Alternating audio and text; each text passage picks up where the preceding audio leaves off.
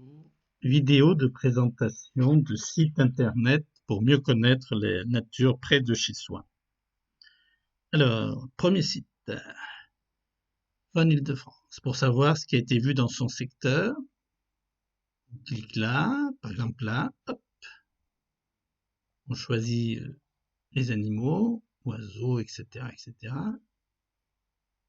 Là, on va choisir oiseaux et le lieu. Le département, un des départements de la région Île-de-France. Alors, on voit tout ce qui a été vu et saisi. On peut aussi faire une recherche par commune. Là, après, avant c'était par département, là c'est par commune. Alors, on choisit la commune, je sais pas, Arpajon par exemple. On peut aussi changer le département. Hein. Il affiche la liste des espèces et la date où l'espèce a été vue pour la dernière fois. Et là, ça fait un moment qu'ils n'ont pas été vus. On peut aussi chercher par espèce. Donc, l'espèce qui vous intéresse.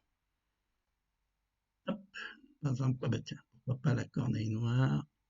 Ah non, elle n'y est pas d'ailleurs. Alors, le moineau, tiens, le moineau domestique, au moins, il est partout celui-là. Moineau,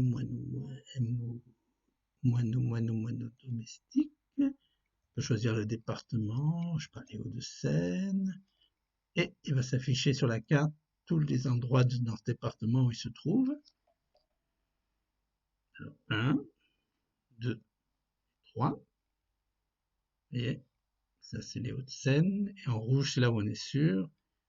Et dans les autres couleurs, on est moins sûr. On peut aussi afficher la liste des communes concernées. Voilà. Si on veut participer, c'est-à-dire saisir ces ops, il faut s'inscrire. Et ensuite, on pourra saisir, il faudra choisir le lieu sur une carte. Et puis, il y a des formulaires très précis qui permettent de... Voilà. Donc, une fois qu'on a vu ces espèces, si on veut plus de renseignements sur les espèces, on va soit sur la photothèque ou la sonothèque, c'est-à-dire les enregistrements des sons, pour avoir plus de détails. On peut aussi aller sur ce site. Et donc là, c'est des fiches d'espèces. Donc, pour avoir des renseignements sur ce qu'on a vu, soit on va là, soit sur ce site qui est pas mal aussi.